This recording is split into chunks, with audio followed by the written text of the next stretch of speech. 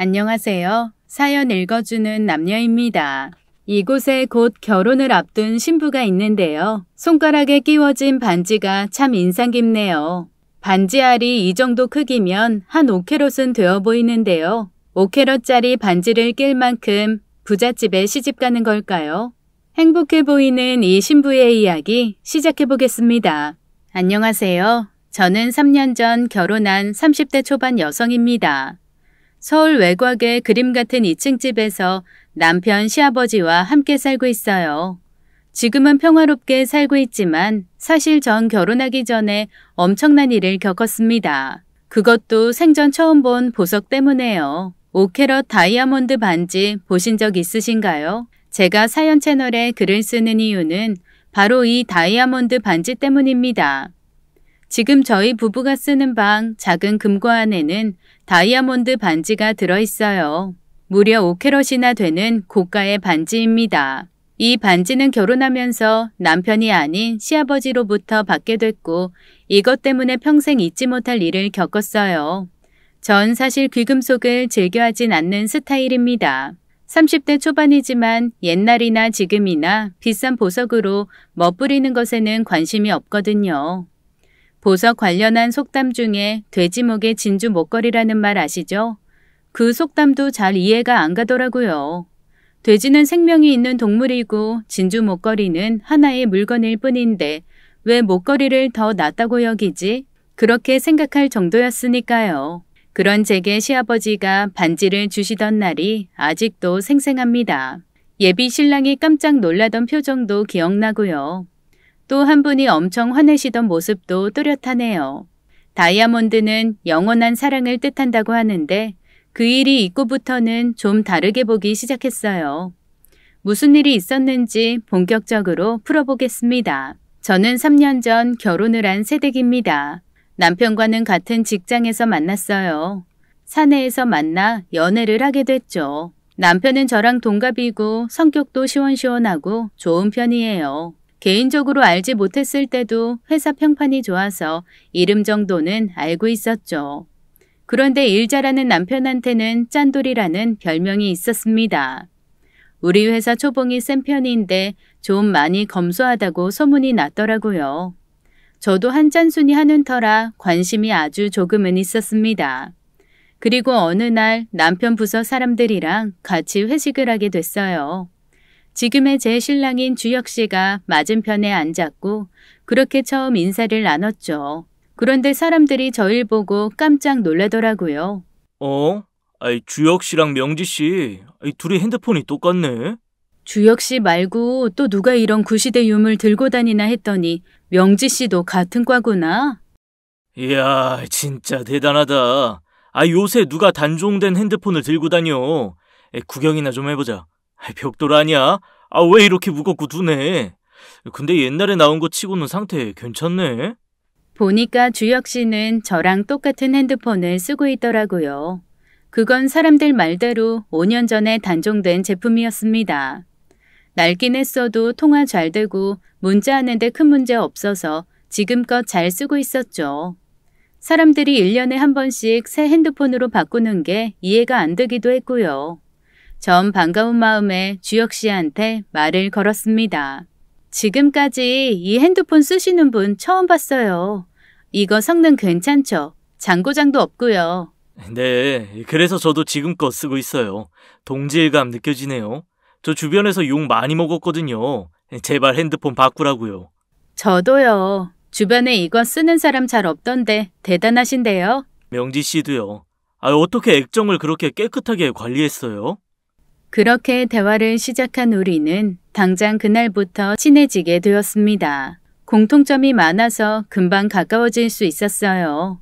생활 습관이나 가치관이 참 비슷하더라고요. 너무 반갑고 신기했습니다. 물어보니까 입사 연도는 1년 차이가 나더라고요. 제가 먼저 입사했고 다음 해에 주혁 씨가 들어왔죠. 말이 잘 통한 우린 퇴근 후에 같이 저녁 먹고 주말에도 따로 만나는 사이가 됐습니다. 자연스럽게 연인 사이로 발전했어요. 저희 집은 부모님이 아파트 상가에서 과일 가게를 하시는데 가끔 저 집에 데려다 준다고 들렀다가 가게 안에서 커피도 마시고 가고 그랬죠. 그러다 곧 결혼 얘기가 나왔고 짧지 않은 연애 끝에 양가의 인사까지 드리게 되었습니다. 먼저 저희 집에서 함께 저녁을 먹게 됐어요. 결혼한 언니들도 다 왔고 분위기가 정말 좋았습니다. 저녁 정말 배부르게 잘 먹었어. 장모님 음식 솜씨가 상당하신데 집안 분위기도 너무 좋고 예비 처형들도 잘해주시고 말이야. 간만에 따뜻한 집밥 먹은 것 같아. 다행이다. 근데 주혁 씨, 우리 집 너무 소박하지 않았어? 우리 부모님, 언니들 시집 가자마자 집을 확 줄여서 이사하셨어. 그 정도면 충분하다고. 내 방 하나 있으면 사는데 문제 없으니까 좁혀서 왔는데 솔직히 주혁 씨 어떻게 봤을지 모르겠다. 보긴 어떻게 봐. 너무 좋던데 난 아무래도 장가 잘 가는 것 같아. 우리 예비 장모님 장인어른 배울 점이 참 많아. 소박하시고 검소하시고 여기 아파트 들었을 때부터 같은 자리에서 가게 하셨다고 했지? 응, 한결같으신 분들이야. 검소하시고 정직하셔. 우리 부모님도 주혁 씨 되게 마음에 들어 하시는 눈치야. 이렇게 한 곱이 넘겼고 다음엔 내가 주혁 씨네 가서 밥 먹어야 하는데 어떻게 하지? 생각만 해도 너무 떨려. 떨 거 없어. 오히려 내가 더 긴장되는데? 우리 집은 명진의 집이랑 분위기가 완전 다르거든. 완전히 다르다고? 우리 새어머니 명진의 부모님이랑은 다른 세상 사람이야. 나쁜 쪽으로. 저도 주혁 씨 부모님께 인사드리러 가는 날은 긴장이 되더라고요. 주혁 씨한테 들은 얘기가 있어서요. 둘 사이에 결혼 얘기가 처음 나왔을 때 주혁 씨는 이런 얘기를 털어놨습니다. 우리 집 사실 평범하진 않아. 뭐가 안 평범해? 사는 거 다 똑같지. 주혁 씨가 외동아들이라 그래? 아니, 사실 우리 아버지 재혼하셨어. 지금 아버지 곁에 계시는 분은 새어머니야. 친어머니는 나 대학 때 돌아가셨어. 갑작스럽게 건강이 나빠지셔서 정말 좋은 분이셨는데 너무 속상하다. 널 보면 한눈에 마음에 들어 하셨을 거야. 주혁 씨는 돌아가신 친어머니 이야기를 하며 많이 아쉬워했어요. 저도 마음이 아팠습니다. 그러니까 지금 제 시어머니가 되실 분은 남편의 새엄마라고 볼 수 있었어요. 그런데 남편과 새어머니 사이는 좋지 못했습니다. 그 이유를 처음에는 몰랐는데요. 알고 보니 시어머니의 사치 때문이더라고요. 돌아가신 주혁 씨 어머니, 아버지는 함께 사업체를 크게 일구셨고 돈도 많이 버셨다고 합니다. 이제 좀 누리며 살 수 있을 때 어머님이 병으로 돌아가신 거였죠. 그런데 난데없이 들어온 새어머니가 그 돈을 펑펑 쓴다는 얘기였어요. 전 조심스럽게 물었죠. 얼마나 심하시길래 그래? 아예 경제 개념이라는 게 없어. 돈은 무조건 써야 하는 줄로만 아시는 분이야. 샘물처럼 어디서 돈이 계속 나는 줄 알아. 우리 아버지가 카드 빚을 몇 번이나 해결해줬다고. 돈 때문에 부부싸움도 많이 하시고 전에는 상상도 못할 일이었어. 우리 어머니 검소하신 분이었거든. 돈을 얼마나 쓰시는데 그래? 조금도 모을 줄 모르셔? 처음 집에 들어올 때부터 이상했어. 멀쩡한 가구를 싹 다 바꾸더니 하다못해 티스푼까지도 명품으로 갈아치우는 거야. 가격 듣고 기절하는 줄 알았지. 티는 안 내셨지만 아버지도 놀라셨을 거야. 티스푼까지? 비싼 거, 고급스러운 거라면 물불을 안 가리는 분이야. 입고 걸치는 물건에도 욕심 많으시고 질렸어 난 그분한테. 몇 번이나 그런 얘기를 들으니까 시어머니 만나 뵙기 전까지 긴장이 많이 되더라고요. 실제로 어떤 분이실지 많이 떨렸습니다. 저와 남편은 시어머니와는 정반대의 성향이거든요. 우린 본격적으로 사귀기 시작할 때부터 데이트 통장이라는 걸 만들었어요. 월급에서 거기로 얼마씩 보내서 그 돈으로 데이트를 했습니다. 결혼 얘기가 나온 후에는 미래에 대한 얘기도 많이 했어요. 돈은 가급적 모으고 불필요한 데 쓰지 말자, 아끼며 살자는 철학에 둘 다 동의하고 있었죠. 주혁 씨는 아버지 재산 물려받을 생각부터도 하지 않더라고요. 자기가 모으고 불려서 부자가 될 거라고 입버릇처럼 말했죠. 경제관념이 분명한 사람이어서 새어머니와 더 맞지 않는 것 같았습니다. 그래도 주혁 씨, 나 있을 때는 어머니랑 얼굴 붉히는 일 없었으면 좋겠어. 너무 마음 불편할 것 같아.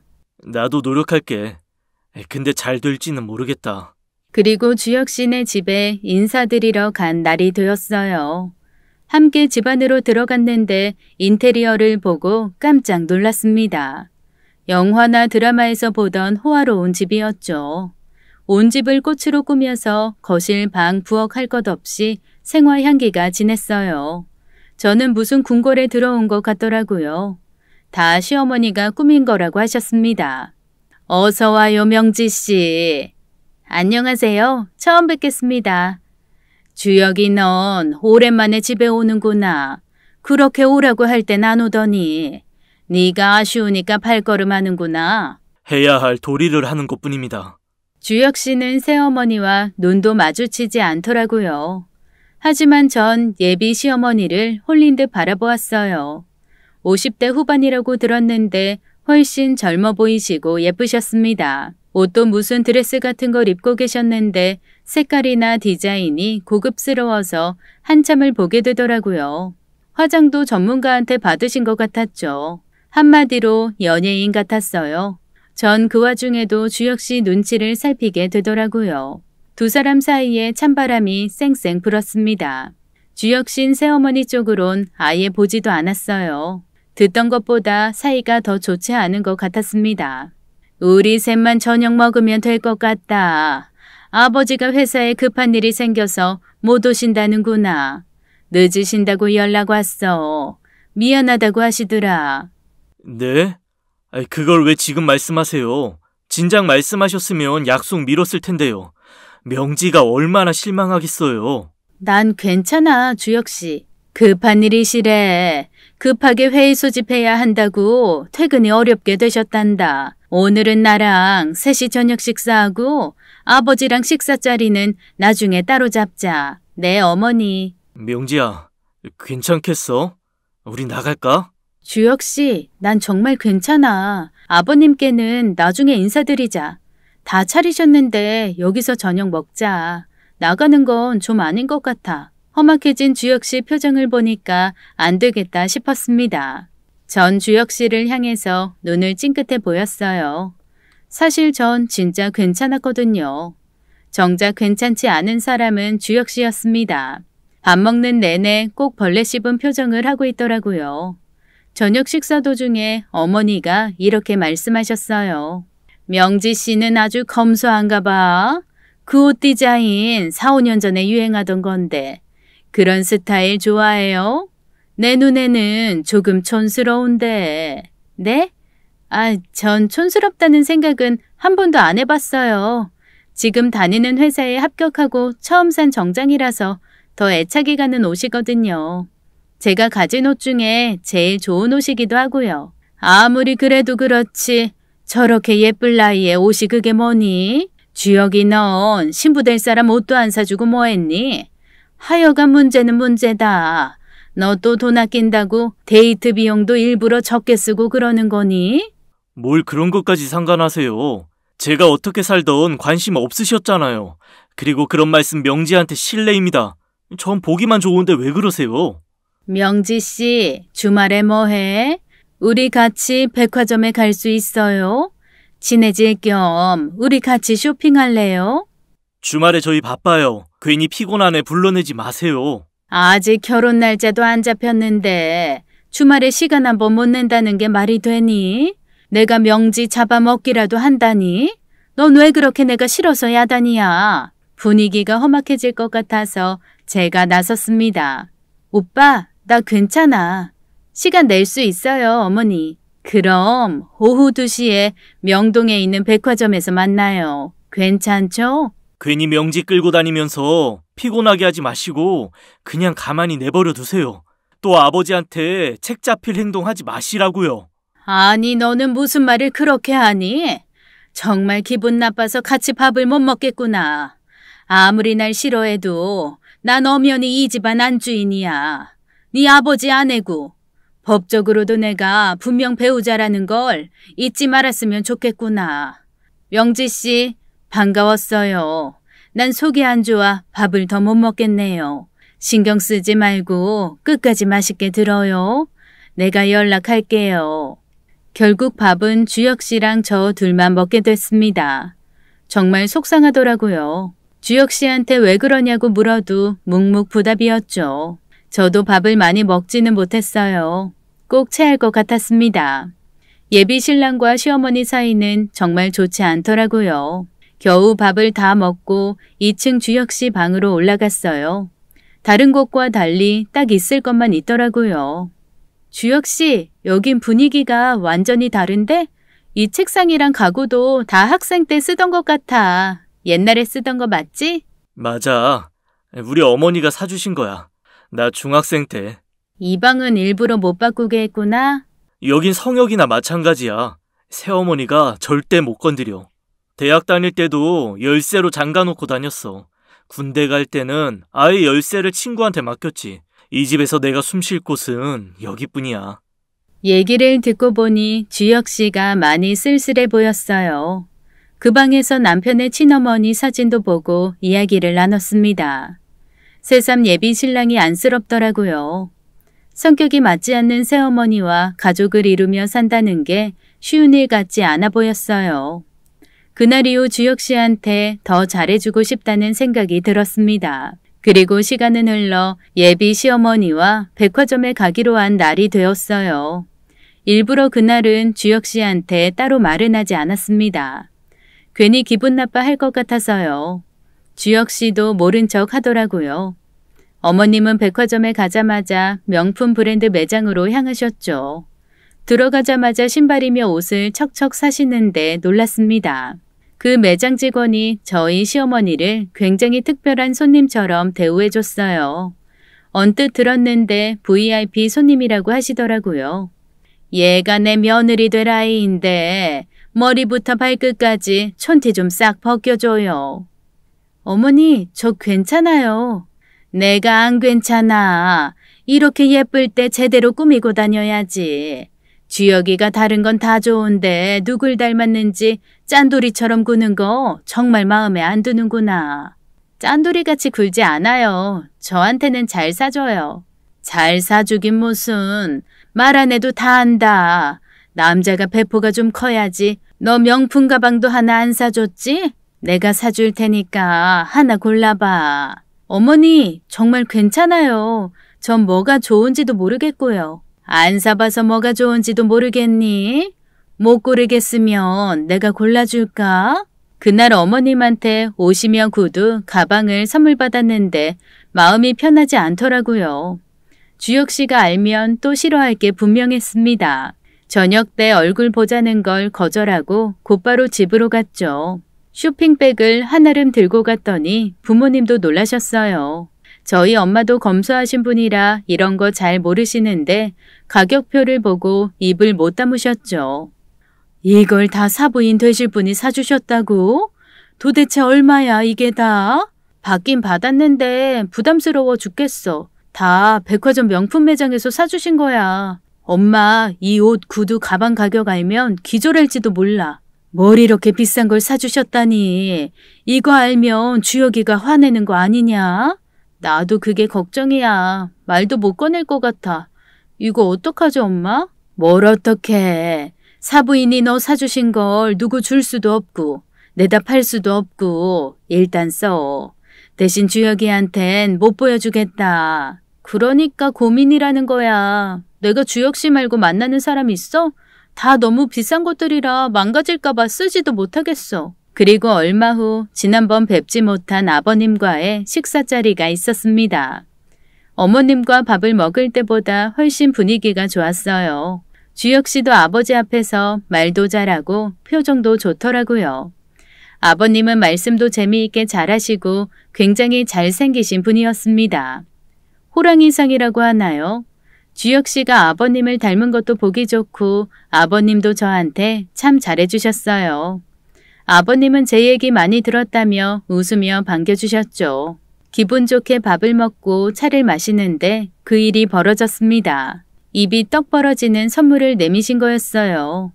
명지야, 이제 우리 식구가 될 게 불명하니 줄 게 있다. 이거 받아라. 아버님, 이게 뭔데요? 한번 열어봐. 반지네요. 알이 엄청 빛나고 커요. 엄청 비싸 보이는데요, 아버님? 그래, 다이아몬드 반지다. 5캐럿이라고 하더구나. 5캐럿이요? 보석을 잘 모르는 저인데도 알겠더라고요. 흔치 않은 다이아몬드, 그것도 5캐럿이라니. 값이 얼마나 나갈지 상상할 수도 없었습니다. 알도 엄청 크고 디자인도 섬세한 게 화려하기 짝이 없었죠. 저는 너무 놀라서 아버님께 다시 반지 상자를 내밀었어요. 제가 이걸 어떻게 받아요, 아버님? 그리고 갑자기 저한테 이걸 왜 주시는지 여쭤봐도 될까요? 넌 받을 자격이 있어. 우리 주혁이랑 잘 살라는 의미로 주는 거야. 그런데요, 아버님. 제겐 너무 과한 선물이라 받아도 되는지 모르겠습니다. 너무 부담스럽기도 하고요. 아니다. 이건 네가 받아도 되는 물건이야. 아주 오래전 지인의 사업 자금을 빌려준 적이 있었는데 그 사람 사업이 어려워져서 돈 대신 이걸로 받았단다. 직원 시켜서 알아주는 데서 반지 세팅도 다시 했다. 그러니 이거 잘 갈고 있다가 외출할 때도 끼고 그래라. 부담 가질 거 없어. 내 며느리라면은 이 정도는 하고 다녀도 된다. 그럴 만한 자격 있어. 그리고 갑자기 소란이 벌어졌어요. 옆에서 지켜보시던 시어머니가 갑자기 화를 내시는 거였습니다. 그런 좋은 게 있으면 나를 줘야지 왜 숨겼어요? 당신 나 무시하는 거예요? 내가 다이아몬드 반지 좋아하는 거 잘 알잖아요. 그것도 5캐럿씩이나 되는 걸 명지한테 줘요? 어울리는 사람한테 줘야지. 이게 말이 되는 얘기예요? 시어머니는 얼굴이 빨개지셔서 노발대발 하셨습니다. 얼굴에 아주 노여움이 가득하셨죠. 아버님한테 무척 화가 나신 것 같았어요. 그러자 아버님이 호통을 치셨습니다. 당신은 무슨 욕심이 그렇게 많아? 이미 많이 갖고 있잖아. 다이아몬드 반지 있는 거 내가 말했으면 당신 팔아먹기밖에 더 했겠어? 그동안 당신 카드값으로 갚아준 돈이 저것보다 많을 텐데 이 양심이 있는 거야 없는 거야? 아니 애들이 있는 데서 그게 무슨 말이에요? 체면한 석에. 너무하시네요 정말. 앞으로 며느리도 들어왔으니까 사치 그만 부리고 정신 차리고 살아야 돼. 애들 앞에서 부끄러운 꼴 보이지 않으려면. 당신 계속 그렇게 얘기할 거예요? 나 서운한 건 생각 안 해요? 아유 속상해. 서운하긴 뭘 서운해. 당신은 더 좋은 것도 많잖아. 명지는 당신이랑 달리 검소한 것 같으니까 괜히 착한 애 물들이지 말고 당신도 이제 정신 차려. 정말 당신 이럴 거예요? 그러자 주혁 씨가 벌떡 일어났어요. 두 분 싸우시는 거 제 앞에서 부끄럽다면서요. 전 다이아몬드 반지를 다시 아버님께 돌려드리고 싶었지만 아버님은 극구 저한테 가지라고 하시더라고요. 결국 반지는 저한테 돌아왔습니다. 그걸 갖고 집에 가는데 괜히 심장이 벌렁거리더라고요. 가져선 안 될 걸 가진 것처럼 부담스러웠죠. 주혁 씨는 이왕 받은 거니까 잘 갖고 있다가 필요할 때 끼라고 했어요. 아버지가 절 준 걸 보면 다 생각이 있으셔서 그런 거라면서요. 하지만 전 한숨만 나왔습니다. 집에 와서 침대 위에 다이아몬드 반지를 올려놓고 보는데 누가 볼까 싶어 조마조마한 마음도 들더라고요. 이렇게 값비싼 보석을 본 적이 없어서 더 그런 것 같았습니다. 전 이걸 엄마한테만 살짝 말했어요. 엄마도 이런 거 처음 보지? 그럼 이렇게 큰 다이아몬드 반지를 눈앞에서 보는 건 처음이야. 우리 명지가 부잣집에 시집 가는 건 맞구나. 부잣집에 시집 가긴. 주혁 씨나 나나 아버님 재산엔 크게 관심 없어. 우리 둘이 열심히 모아서 잘 살 거야. 그래, 우리 똑순이 명지는 결혼해서도 잘 살 거야. 근데 엄마, 나 하나 걸리는 게 있어. 시어머니가 이거 보고 되게 화 많이 내셨어. 왜? 왜 본인한테 안 주고 나한테 주냐고 시아버지한테 엄청 화내시는 거야. 그랬어? 괜히 이것 때문에 큰 소리 났나 보네. 근데 너희 앞에서 대놓고 그러셨어? 내가 부담스러워서 못 받겠다고 아버님한테 말했는데도 아버님은 이건 무조건 내 거라고 하시는 거야. 어머님한테 막 호통치시면서 이거 끼고 다니라고 하시는데 난 자신 없어. 앞으로 보관할 일도 걱정이고 어디서 보니까 작은 금고 같은 거 팔더라. 결혼할 때 그거 하나 사. 거기다 넣어놓고 비밀번호로 잠가둬. 5캐럿이라고 했니? 정말 크고 묵직하다 얘. 어휴 괜히 내 가슴이 다 벌렁거린다. 잘 보관해둬. 그렇게 반지 문제는 정리되는 것 같았습니다. 그 뒤 결혼식 날짜가 정해지고 청첩장도 찍게 됐어요. 신혼집은 남편과 모은 돈으로 김포의 새 아파트에 입주하게 됐죠. 대출을 받아야 했지만 그래도 집을 갖고 시작하는 게 나을 것 같아서 있는 돈을 박박 긁어모아 마련했습니다. 그 과정에서 예비 신랑이 다시 보였어요. 주혁 씨가 너무 괜찮은 게 경제적으로 아버님 도움을 잘 안 받으려고 하더라고요. 전 그런 주혁 씨 보면서 내가 정말 남편 잘 골랐구나 생각했죠. 독립심도 강하고 책임감, 성실함이 남다르더라고요. 결혼 반지도 제가 아버님한테 다이아몬드 반지를 받았기 때문에 거창한 걸로 안 했어요. 우리 둘은 그냥 가늘고 심플한 걸로 사서 꼈습니다. 그걸 보고 시어머니는 또 마음에 안 들어 하셨죠. 그걸 결혼 반지라고 맞춘 거니? 사파이어 세트면 명품 반지, 목걸이 세트. 내가 해준다고 해도 주혁이가 절대 하지 말라고 난리를 쳐서 못 해줬다. 너도 다시 생각 좀 해보렴. 평생 가야 고작 한 번 하는 결혼인데 폐물은 다 받아야지. 요새는 폐물 그렇게 요란하게 안 해요, 어머니. 저희는 진짜 괜찮아요. 대신 집 샀잖아요. 당분간은 대출 갚는 데 집중하려고요. 못 말린다 못 말려. 아주 쌍으로 궁상을 떠는구나. 당신은 무슨 말을 그렇게 해? 목 말리긴. 젊은 애들 생각이 더 건강하지. 쥐들 힘으로 뭐든 하겠다는데 칭찬을 해줘야지 왜 나무래? 내가 언제 나무랬다고 그래요? 당신은 참. 새아가 잘했다. 그렇게 한 푼 두 푼 모으고 대출 갚다 보면 좋은 날 올 거야. 네, 아버님. 결혼 준비는 착착 진행됐어요. 전 한복이랑 옷가지, 통장, 집문서, 결혼 반지 같은 걸 모두 새 아파트에 가져다 뒀습니다. 시아버지가 주신 다이아몬드도 집에 잘 숨겨두었어요. 너무 크고 귀한 거라서 숨길 때도 고민이 좀 되더라고요. 처음엔 옷장 깊숙한 곳에 두었다가 나중에는 친정엄마 말대로 금고를 하나 샀어요. 거기에 중요한 문서, 귀중품을 몽땅 넣어 두었습니다. 나중에 아기 낳으면 돌반지도 넣고 요긴하게 쓸 것 같아서 장만했어요. 그렇게 시간이 지나 결혼 날짜가 다가왔습니다. 다른 건 문제가 없는데 하나 마음에 걸리는 게 있었어요. 시어머니가 저를 만날 때마다 그 다이아몬드 반지 어디 뒀냐고 물으시는 거였죠. 주혁 씨가 그걸 알고 엄청 스트레스 받아 했고요. 전 중간에서 난감했습니다. 예, 너 그 다이아몬드 반지 어디에 뒀니? 5캐럿 다이아몬드 반지 말이야. 그 값어치를 제대로 알기나 하니? 어디 잘못 뒀다가 잃어버리면 큰일 나. 제대로 잘 뒀어? 네, 어머니. 아무도 못 찾을 곳에 잘 뒀으니까 걱정하지 마세요. 네 시아버지는 왜 그걸 너한테 줬는지 모르겠다. 젊은 애들한텐 가볍고 예쁘게 세팅해서 주는 건데 뭘 몰라서 덜컥 주셨지. 혹시 나한테 맡겨놓을 생각은 없니? 네? 그러면 안 될 것 같은데요. 아버님이 저한테 주신 거니까요. 제가 잘 보관하고 있을게요. 그런 얘기를 시어머니께 듣고 온 날엔 예비 신랑이 엄청 화를 내더라고요. 못된 신보가 훤히 들여다 보인다면서 분을 사귀지 못했죠. 도대체 이해가 안 된다니까. 다이아몬드 반지 아버지가 너한테 주신 선물이잖아. 그걸 어디에 보관하는지 왜 궁금하대? 그리고 뭐 자기한테 맡겨두라고? 진짜 기가 막혀서.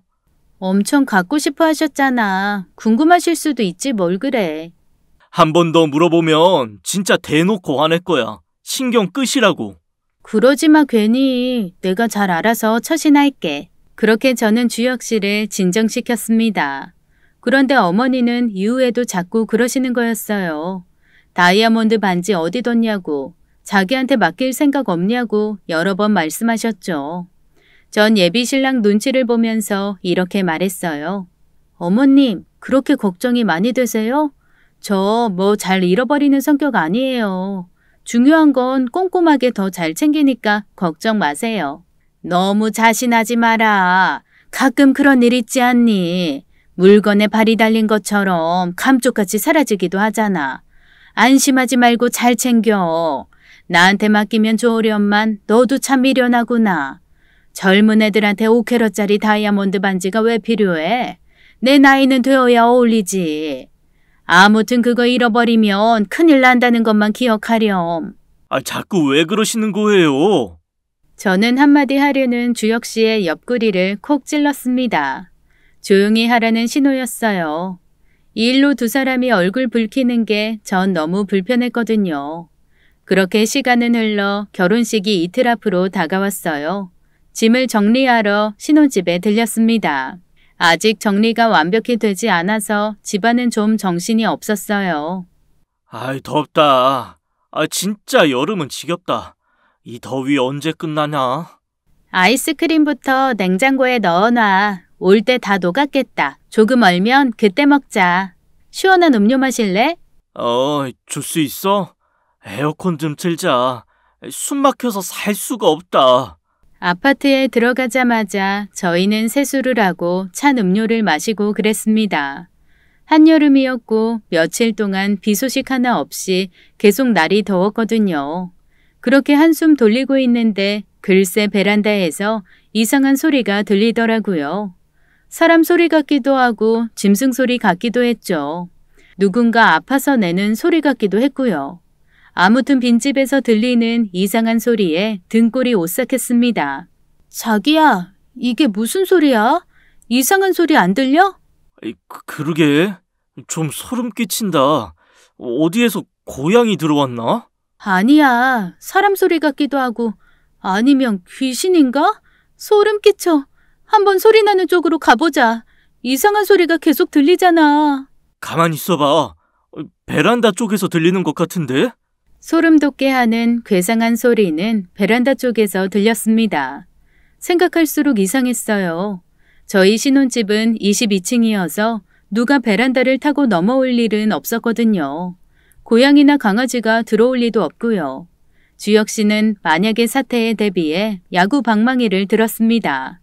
그리고 살금살금 베란다 쪽으로 다가갔어요. 전 무서워서 주혁 씨 옷자락을 붙잡고 물었습니다. 주혁 씨, 귀신이면 어떡하지? 무슨... 세상에 귀신이 어디 있어. 자긴 멀리 떨어져 있어. 아니다. 이참에 현관문 좀 열어놔. 여차하면 소리 지르고 도움 청하게. 알았어. 전 현관문을 열어놓고 남편 뒤를 쫓아갔어요. 혼자 무슨 일을 당하게 둘 순 없었죠. 소리는 정확히 베란다 창고 쪽에서 나는 것 같았습니다. 끙끙 앓는 소리, 벅벅 긁는 소리가 번갈아가며 나더라고요. 진짜 뭔가 있구나 싶은데 온몸에 소름이 쫙 돋았죠. 정체 모를 짐승이 있나 싶고 아무튼 너무 공포스러웠습니다. 베란다는 어수선했어요. 한쪽에 붙어있는 창고도 여러 가지 물건들로 꽉 차 있었고요.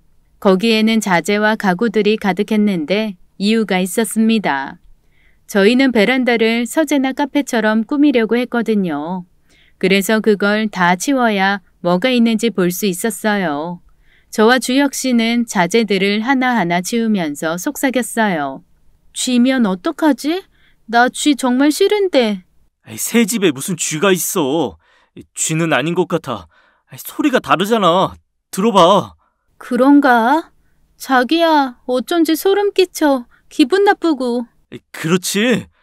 보통 소리는 아닌 것 같아. 근데 창고 안에 뭐가 들어갈 자리가 있어? 그 안에도 뭐가 많을 텐데?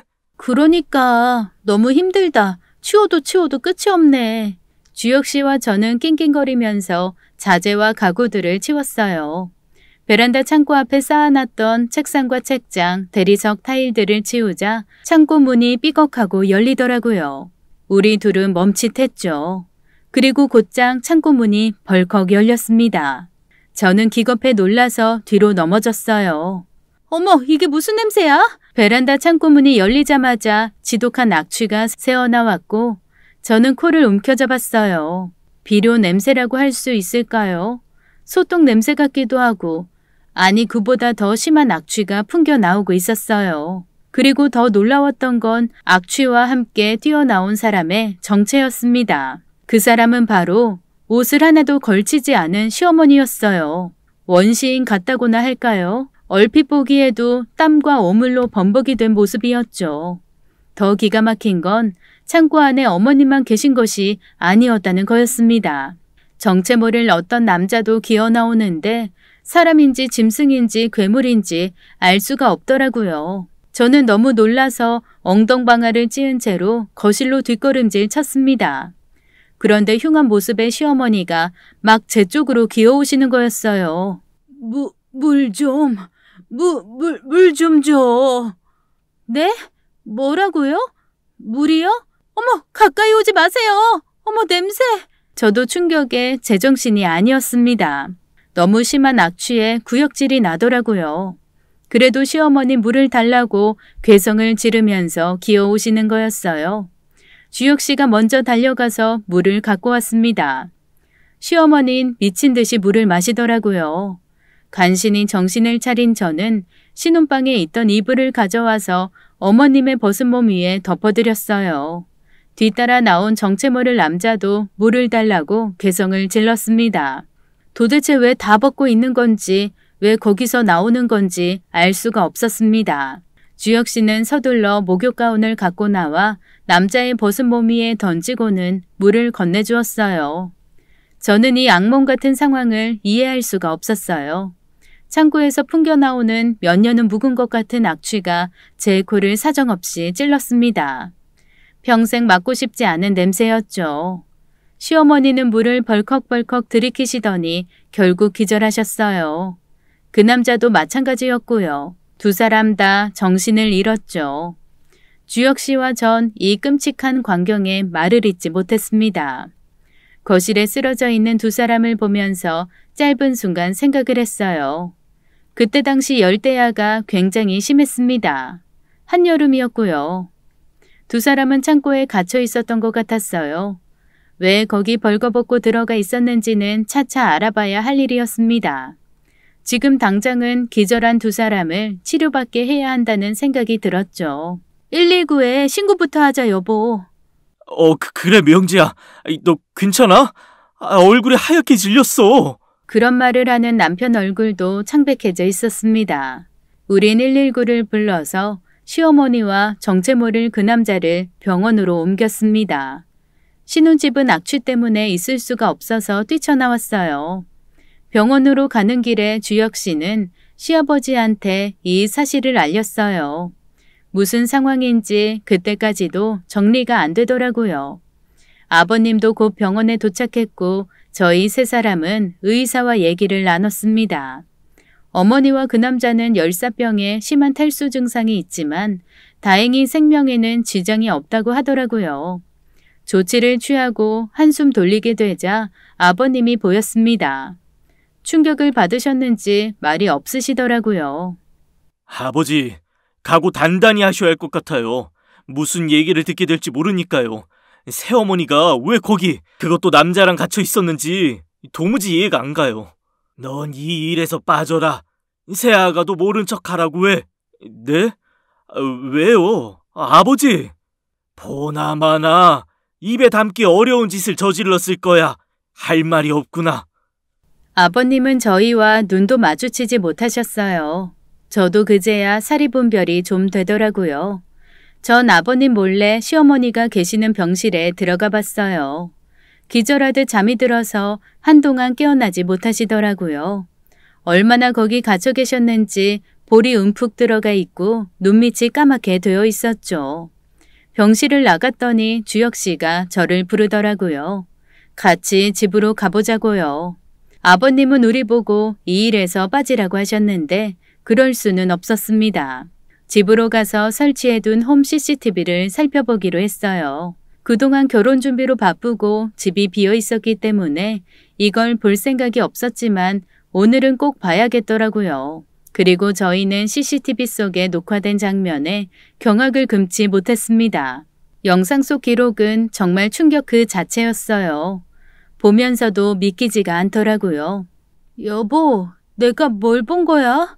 나 지금 영화 본 것 같아. 이게 실제 상황이야, 지금? 진짜 이런 일까지 벌일 줄은 상상도 못했다.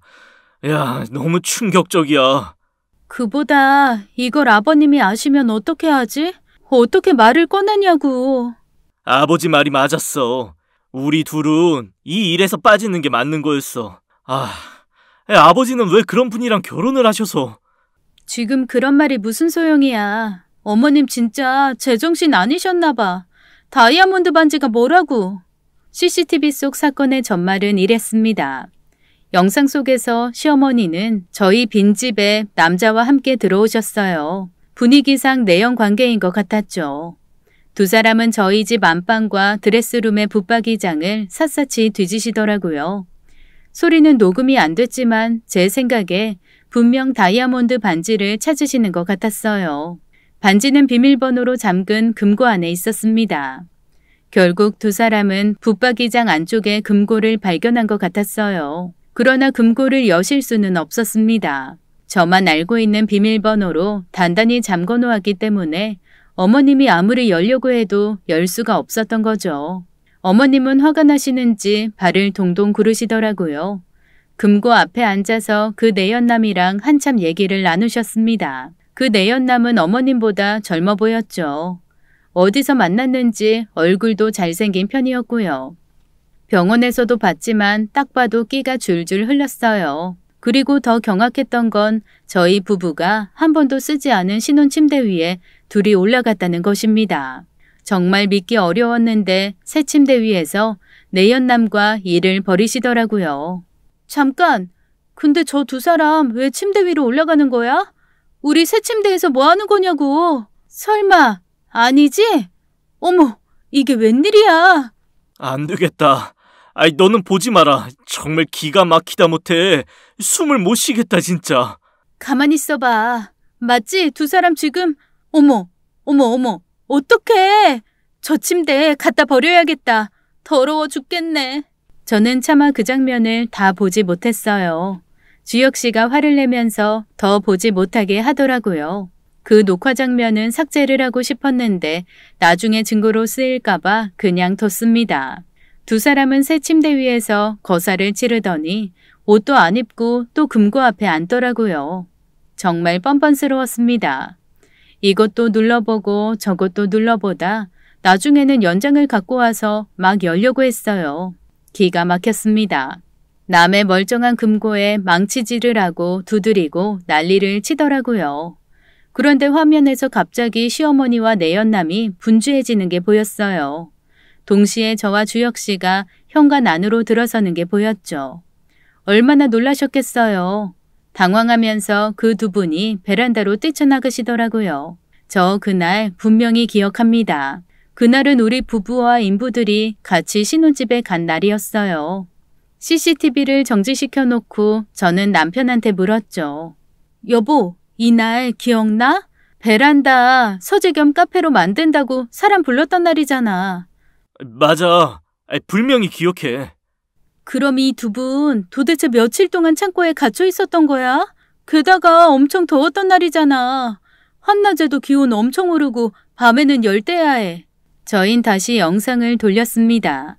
신혼집에 저희가 나타나자 어머님과 내연남은 급하게 베란다 창고로 숨은 것 같았어요. 저는 베란다를 서재 겸 카페 그리고 화단으로 꾸미려고 계획하고 있었습니다. 그날 같이 온 인부들은 제 계획에 따라서 가구와 필요한 자재들을 갖고 오셨고요. 그것들을 모두 베란다 창고 앞에 쌓아둔 참이었어요. 어디 둘 곳도 없었고 베란다에서 할 작업이었기 때문에 거기가 딱 맞는 자리였죠. 그런데 안에 숨어있던 시어머니와 그 내연남은 걸릴까봐 찍소리도 못하고 숨죽이고 있었던 거예요. 안에서 알았을까요? 밖에 문도 열 수 없을 정도로 수많은 자재와 무거운 가구들이 쌓인다는 걸요. 결국 그게 문을 가로막아서 시어머니와 내연남은 문을 열지 못한 거였습니다. 분명히 기억해요. 그날 나가면서 일해주신 분들과 나눴던 이야기를요. 공사 날짜는 다시 잡아야 될 것 같아요. 갑자기 일정이 꼬여서요. 죄송합니다. 빨리 해드려야 하는데. 예, 알고 있습니다. 일단 두시고요. 공사하는 날 수고 좀 해주세요. 와이프가 아주 야심차게 계획했거든요. 베란다 전체를 카페 분위기로 꾸민다고요. 걱정 마세요. 계획을 분명하게 잘 세우셔서 저희는 그냥 그대로만 할 것 같습니다. 자재랑 가구는 그냥 이렇게 두시고요. 가능한 한 빨리 일정 잡아서 해드리겠습니다. 네, 잘 부탁드립니다. 일정 잡히면 연락 주시고요. 일하시는 분들이 가신 직후에 저희도 나갔습니다. 베란다 창고를 막은 자재와 가구들 때문에 두 분은 뜻하지 않게 갇혀있게 되신 거였죠.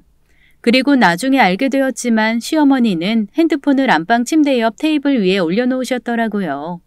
저희 둘 다 정신이 없으니까 그걸 보지 못했던 거였습니다. 게다가 저희 집은 정남향이에요. 층수도 22층으로 높고요.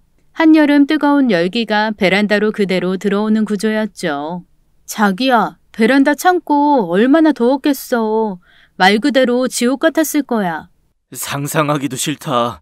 너무 뜨거워서 거의 지옥 같았을걸? 아무리 살려달라고 소리 질러도 구하러 오는 사람도 없었겠지. 이 아파트 아직 입주한 사람도 많지 않잖아. 우리 위아래도 항상 불 꺼져 있고 생각만 해도 끔찍하다. 결국 우리가 올 때까지 아무도 구해줄 수 없었던 거야. 그러니 저렇게 탈수에 열사병에 걸리셨지. 만약에 우리가 안 왔으면 어떻게 됐을까? 다행인지 불행인지 저희가 와서 목숨을 구하실 수 있었던 것입니다. 저희가 다시 그 집에 돌아올 때까지 두 분은 소리도 엄청 지르셨을 거예요. 그래도 구해줄 사람은 아무도 없었겠죠. 그깟 다이아몬드가 뭐라고 이런 짓까지 버리셨는지 이해가 안 됐습니다. 물론 오케럿이나 되는 아주 크고 값비싼 물건이긴 하죠. 그래도 새아들과 며느리의 예비 신혼집에 몰래 들어와서 몰래 가져갈 생각까지 했다는 것이 저는 이해가 되지 않았어요. 그렇게 시어머니와 내연남은 3일 만에 구조가 된 거였죠. 저희는 CCTV를 다 보고 고민에 휩싸였어요. 여보, 이 사실을 아버님한테 어떻게 알려드리지? 큰일이다. 우리가 이걸 먼저 알았다는 것도 문제야. 아버지, 굉장히 자존심 상하실 텐데. 그래도 다 솔직하게 말씀드리는 게 나을 거야. 어떻게 그런 분이랑 더 같이 살 수 있겠어. 하루라도 빨리 정리하시는 게 낫지 않을까? 일단 너는 빠져. 내가 기회 봐서 말씀드릴게. 며느리 보기도 면목 없으실 거야. 아버지 잘못은 없지만. 그렇게 해서 남편이 시아버지에게 말씀을 다 드리기로 했습니다. 당연히 모든 사실을 알게 된 아버님은 큰 충격을 받으셨어요. 그동안 어머님 사치 때문에 마음고생을 많이 하셨는데 바람까지 피울 거라고는 생각하지 못한 것 같았죠. 며칠 후 어머니는 병원에서 깨어나셨고 새로운 지옥을 맞닥뜨려야 했습니다. 아들, 며느리, 그리고 남편에게 자신의 추악한 모습을 다 들킨 셈이었으니까요. 어머니는 이 상황을 다 파악하시고도 할 수 있는 게 없었죠. 병원에 입원 중이셨거든요. 한 번은 제가 병실을 찾아갔는데 입원실 안에서 말다툼이 벌어지고 있었습니다. 큰 싸움도 아니었어요. 일방적으로 어머님이 당하고 계셨죠. 아버님이 낮은 목소리로 말씀하시는데 크게 화를 안 내시는데도 정말 무서웠습니다. 당신 그동안 사치하고 돈 펑펑 쓴 거, 그거는 내가 어떻게든 안고 가야겠다고 생각했어. 내가 선택한 사람이니까. 근데 이게 뭐야? 결혼도 안 한 아들네 집에 도둑고양이처럼 숨어 들어가서 신혼 침대 위에서 더러운 짓이나 버리고 창고에 숨어 들어갔다가 이 지경을 당해? 여보, 내가 잘못했어요. 잘못했으니까 너무 무섭게 그러지 말아요. 무서워? 말은 제대로 해. 사람 감쪽같이 속인 당신이 더 무서운 사람 아니야? 내가 이렇게 싹싹 빌게요. 차라리 화를 내세요. 당신이 그렇게 말하니까 더 무섭잖아요. 잘못했어요. 입이 10개라도 할 말이 없어요. 사람이라면 할 말이 없어야 정상이지. 근데 난 당신이 사람으로 안 보여. 짐승보다 못해. 내가 애들 앞에서 고개를 못 들겠어. 당장 이혼해. 이혼이라뇨. 전 싫어요. 평생 속죄하는 마음으로 살게요. 저 버리지 말아주세요, 여보. 지금 그런 말 하는 것도 뻔뻔스럽다는 생각 안 들어? 당신한테 5만 정 떨어졌고 그 멸치같이 생긴 놈한테 고소하고 위자료 청구할 거야. 다이아몬드 반지가 그렇게 갖고 싶었어? 당신 화장대며 벽장 안에 가방이며 폐물이 얼마나 많아. 그거 다 성에 안 찬다는 게 말이 돼? 이렇게 욕심 사나운 여잔 줄 알았으면 결혼은 하지도 않았지. 내가 미쳤었나 봐요. 죽을 고비 넘겨보니까 내가 무슨 짓을 저질렀는지 알겠어요. 이제 그렇게 안 살게요. 나 한 번만 봐줘요. 죽은 사람 소원도 들어준다던데 여보, 내가 잘못했어요. 끽소리 안 하고 살게요. 제발 이혼만은 안 돼요. 내가 어리석었지. 주혁이가 당신 냉대할 때 서운하기도 하고 냉정하다고도 생각했는데 아니었어. 젊은 아들놈이 더 현명했던 거야. 당신 태어나자마자 짐 싸. 아니다. 당신 옷이랑 폐물 그런 거 고스란히 두고 가. 싹 다 팔아서 어려운 사람들한테 기부할 거야. 당신 같은 여자한텐 그것도 아까워.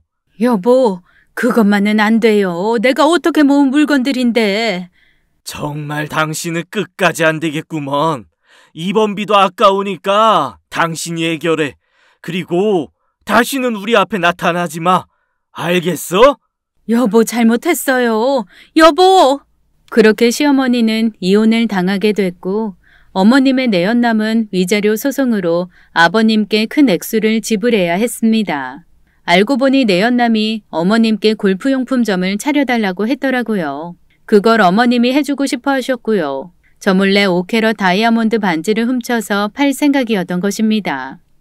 나중에 알아보니까 어머님은 집에 있는 본인의 폐물도 다 팔았더라고요. 남자한테 빠져서 다 퍼주고 그런 꼴을 당한 모습이 같은 여자로서 참 한심했습니다. 시어머니는 야간 주거침입에 절도 미수로 검찰에 송치됐어요. 신혼집 베란다 창고는 특수 청소하시는 분을 모셔서 정말 어렵게 치웠고요. 그곳에 배인 냄새는 떠올리기도 싫을 만큼 지독했거든요. 돈을 많이 들여 말끔히 치워놓고 고민 끝에 집을 내놨습니다. 도저히 그 집에서는 못 살겠더라고요. 그리고 전 주혁 씨한테 한 가지 제안을 했어요. 주혁 씨는 너무 고맙다면서 아버님께 제 생각을 전했습니다. 아버지 고기 드세요. 아버지가 잘못하신 거 없잖아요. 면모가 없다. 어떻게 그런 여자를 네 어머니 자리에 앉혔는지. 아무리 생각해도 기가 막히고 너한테 창피해서 고개를 들 수가 없어. 신경 쓰지 마세요. 아버지도 모르셨잖아요. 그 사람 자기 죗값 받을 거고 아버지는 잘못한 거 없으니 툭툭 털고 일어나세요. 미안하다.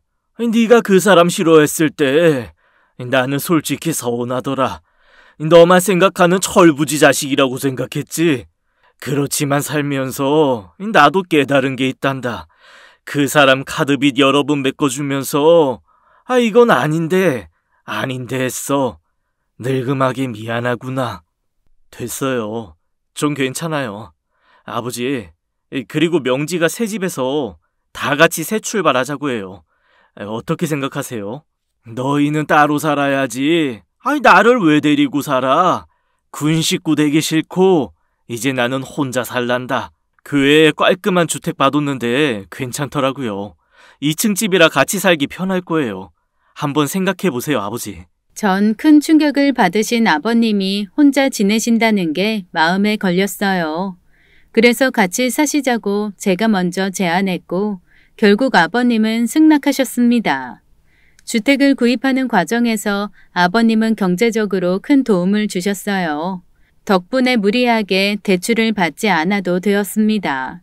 그리고 이사하면서 금고는 팔아버렸어요. 얼마나 그걸 부수려고 노력했는지 흠집이 많이 났더라고요. 그 후 새 금고를 사서 5캐럿 다이아몬드 반지는 잘 보관해 두었습니다. 저희는 무사히 결혼한 후 아버님과 함께 살고 있고요.